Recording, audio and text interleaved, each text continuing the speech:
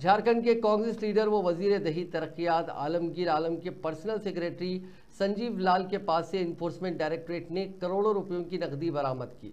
बताया गया है कि झारखंड के महकमे दही तरक्की में टेंडर कमीशन का स्कैम हुआ था। इस मामले में ईडी बड़ी कार्रवाई कर रही है। इस मामले में मनी लॉन्ड्रिंग का मुकदमा दर्ज किया गया था, जिसके बाद पीएमएलए के तहत 6 मकामात पर धावे किए गए। इसके अलावा झारखंड के दही तरक्की के वजीर आलमगीर आलम के पर्सनल सेक्रेटरी संजीव लाल के घरेलू मुलाजिम के घर की तलाशी ली गई, जिसमें 25 करोड़ रुपए नकद बरामद हुए। तलाशी के दौरान अहाते से भारी नकदी बरामद हुई, जिसकी गिनती जारी है। ईडी ने फरवरी 2023 में झारखंड दही तरक्की के महकमे के चीफ इंजीनियर वीरेंद्र राम को कुछ स्कीमों के निफाज में मुबैना बेज़ाब्तगियों से मुतालिक मनी लॉन्ड्रिंग केस में गिरफ्तार किया था। गिरफ्तार इंजीनियर वीरेंद्र राम के मामले में ईडी की टीम ने झारखंड के दही तरक्की के वजीर आलमगीर आलम के पर्सनल सेक्रेटरी संजीव लाल के घरेलू मुलाजिम के घर से 25 करोड़ रुपए की नगद रकम आज बरामद की।